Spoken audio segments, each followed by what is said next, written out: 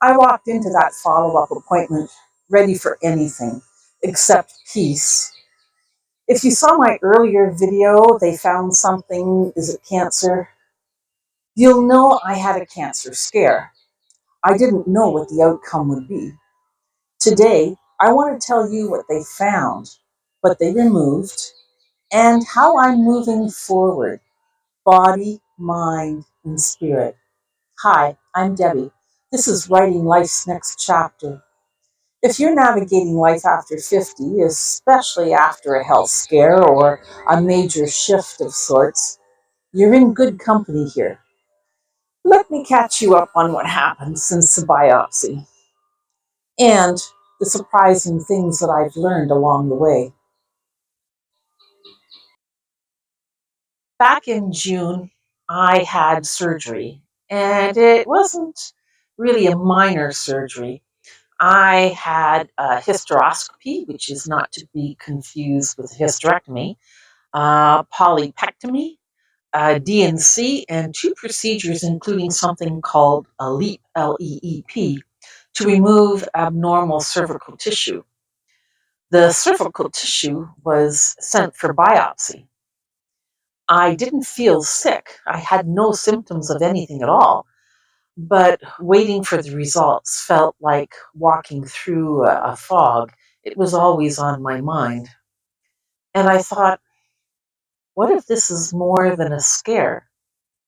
What if I have to start over again in a way I never planned for? If you remember in my other health video, my family I've got quite the history of cancer and people dying from cancer on both sides. So I saw the doctor for the follow up, and she told me the surgery went well. The polyps were removed, they were large polyps, and all of the abnormal cells were taken care of. The biopsy showed no cancer. Let me say that again. No cancer. But the doctor did say the tissue was precancerous. And let me tell you, that word, precancerous, it has some weight to it. The dog. But she also used words like good prognosis. My next checkup is in 6 months. And then there'll be another 12 months after that. And these appointments can be in Canada or wherever I am in the world, my doctor says. I left her office, that appointment, not just relieved, but different. You see, here's what no one tells you. Even when the news is good, it still changes you because you've stood in that space between what was and what might be. Here's what I've learned in that space. You can do everything right and still get a curveball. You can be scared and faithful at the same time. And you can feel like your body's betrayed you and still bless it for carrying you this far.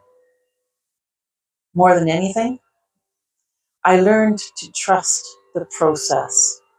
All that waiting, a lot of patience. You see, God never left. Even when I was lying awake at night, waiting for answers, He was there. If you're facing tests, waiting for results, or dealing with your own health unknowns, please hear me out.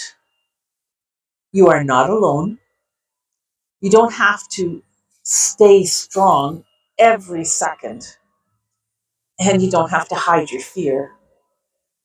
What you can do is walk forward one step at a time. Ask the questions. Take the time to rest and let people in. Let God lead.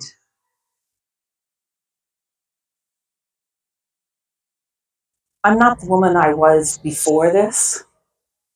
I've made some changes. I'm more intentional. I listen closely to my body, and I say no more often. This YouTube channel is part of that new direction, speaking honestly and living purposefully. If you've had a health scare or you're waiting on results, I'd love to hear your story in the comments. And if this video helped you feel seen, please like, subscribe, and share it with someone who needs hope. You're not behind. You are being rebuilt. Let me leave you with this. Isaiah chapter 43, verse 2 says, "When you pass through the waters, I will be with you. When you walk through the fire, you shall not be burned." That's a promise from God. And that promise carried me. Maybe it'll carry you too.